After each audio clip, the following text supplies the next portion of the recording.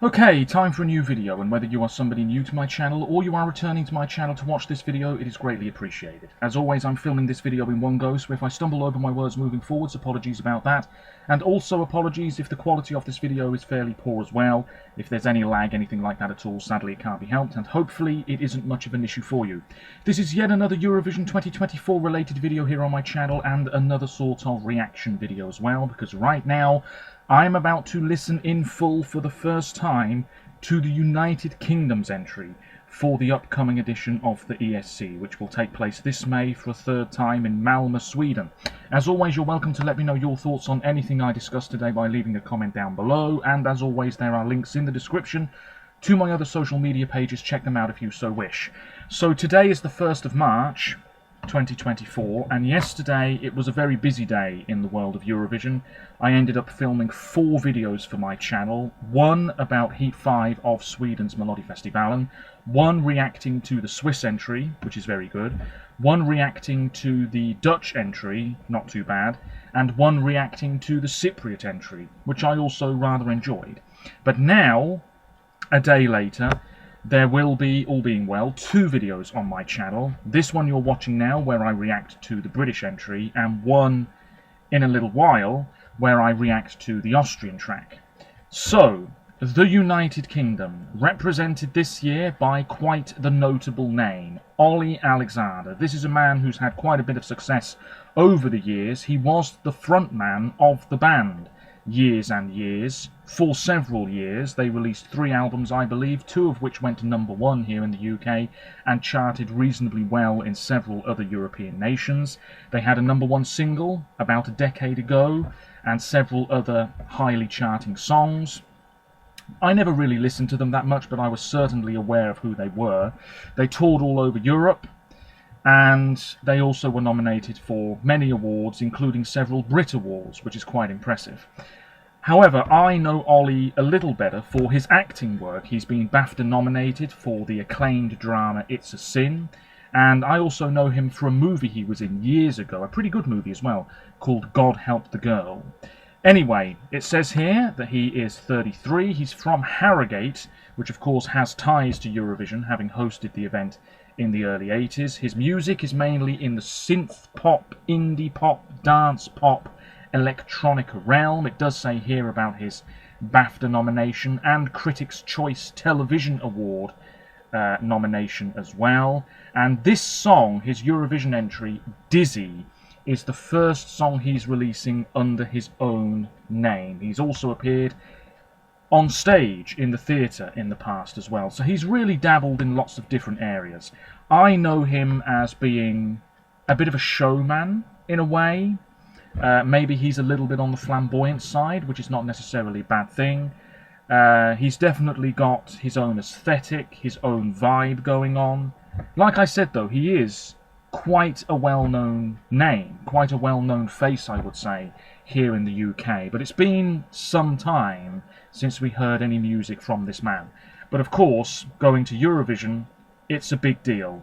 And I'm about to find out if his song is any good. And I was going to listen to this when it was released at midnight, but in the end I didn't. I thought that I would save it until now, so this really is a first-time reaction to this song. The music video is on his own channel, Years and Years' channel, and on the Eurovision Song Contest YouTube channel, and not that I'm comparing the two, but this video has been up for 3 hours, and on the ESC YouTube channel has had just under 67,000 views. This time yesterday, or rather after 3 hours or so yesterday, upon the Dutch Song's music video release, that had about 600,000 views. Then again, this British entry was released, you know, the music video was released fairly early in the day. Anyway, I'm starting to ramble big time. I don't really know what to expect here. I did see a few comments late last night, and the response was fairly lukewarm, which, to be honest, I was expecting. I never come into British Eurovision tracks expecting a whole lot, and I think that's because we were so poor for so long. People talk about a British renaissance at Eurovision. There isn't one. We've had one good result in many years. That's not a renaissance. I think the effort put in by the BBC is arguably a lot better than it's ever been, or certainly better than it has been for a long, long time. And I think we are talking more about Eurovision on television, in the press and things like that. And generally, the talk is a lot more positive. That's all wonderful stuff. But if you're going to have a renaissance, you've got to have the results as well to back up the music that you're sending, if you see what I mean. Last year, Mae Muller, she was great. But unfortunately, the performance maybe wasn't bang on the money at all. And any momentum that song had fell off a cliff very early on. So the result was sort of expected. This year, we can only hope for better. And I'm right behind Olly Alexander. I hope he does well. Let's check out the song. I mean, if you... Very briefly, I'll go through this. If you take a look at the UK over the past decade, we had Molly. She was good, one of the favourites to win in 2014. Didn't actually do that well in the end. Electro Velvet, that was a low moment. No surprises with the result there. Joe and Jake, no surprises with the result there. Then we had Lucy Jones. She did all right with the juries, not so well with the public, so the result did feel a bit disappointing in the end. Surrey, she was great. The song, maybe a bit on the disappointing side. The result was no surprise. Then we had Michael Rice. There was no staging to speak of with that one, and to be honest, if anybody thought that song was going to finish anywhere but last place, I'd be very shocked. Then we had 2 songs by James Newman. Both are okay, but he received the double null point in Rotterdam a few years ago. Nobody deserves that. But the song just didn't stand out enough, really. For an up-tempo song, it really didn't. Then we had Sam Ryder, of course, who really changed things for the UK. There's no doubt about it. That was a great effort. He sold the hell out of that performance, which is what you need to do. And then we had Mae Muller, of course, who I've just spoken about. Really like her, really liked her personality and energy, like the song. But unfortunately, it just sort of flopped quite hard on the night. Let's see if Olly Alexander is delivering the goods. This is Dizzy. What I'm watching won't be in the bottom corner of the video you're watching. Apologies for rambling. Let's get straight into this. I haven't heard a thing, really, apart from the snippet, which was released about a week ago.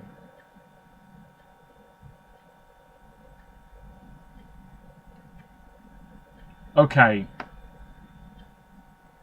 Starting off with a fairly stripped back sort of verse, I suppose.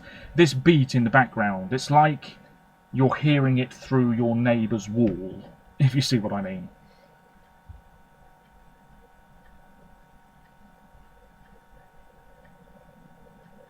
I can imagine lots of lights around the back of the stage, just subtly flashing in May. It's electro pop.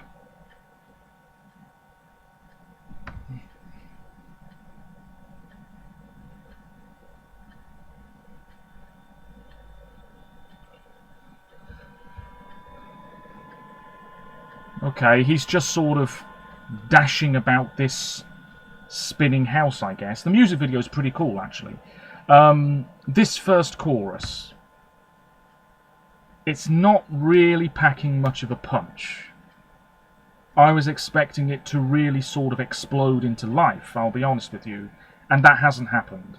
So, I'm a little underwhelmed there, but let's continue.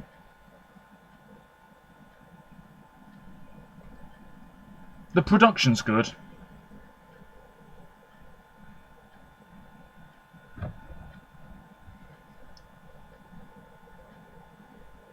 He's just dancing all over the place. Oh.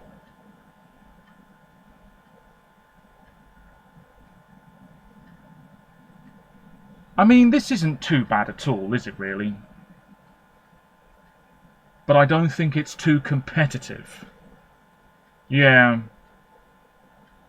Okay. Apologies for pausing it and waffling on. I'm halfway through.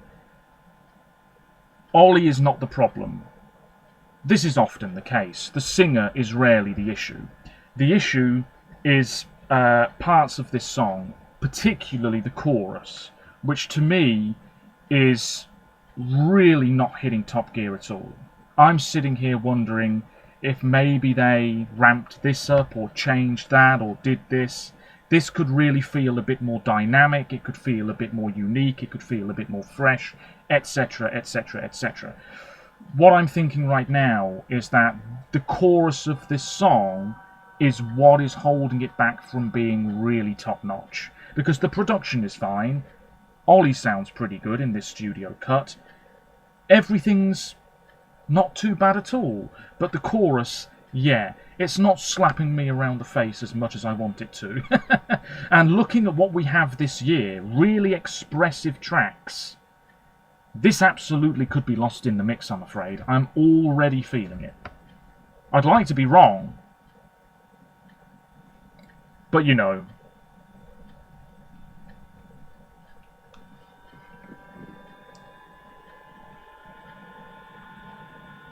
Yeah, the chorus is underwhelming.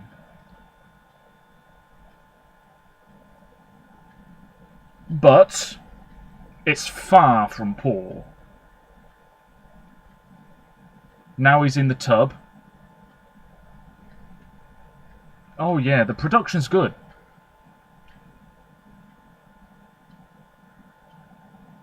We've got a spoken word bit. We all know how well that did for May last year. Fair enough. Now it's raining.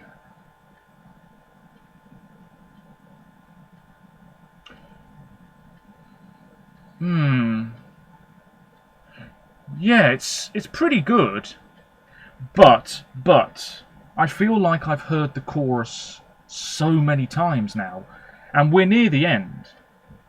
My word. An extra verse would have been nice, because it really is all chorus, which is the underwhelming part of the song. Oh, and then it ends. Then it ends, ladies and gentlemen. Well, wow. Okay, I don't really know what else to add. It's my country's effort.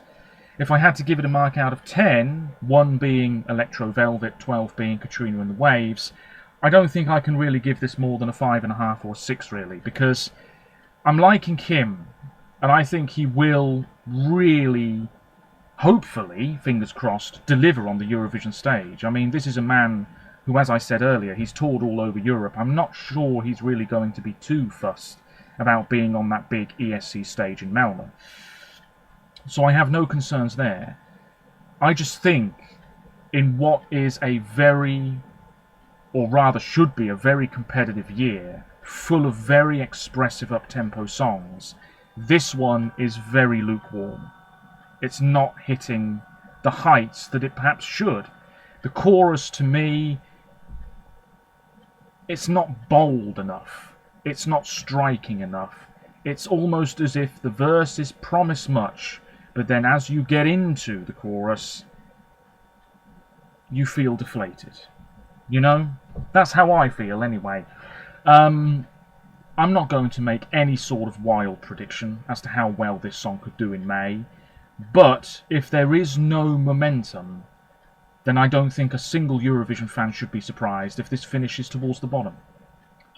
I really think so. It's going to be such a jam-packed final this year. You know it is. Lots of great songs, lots of fan favourites.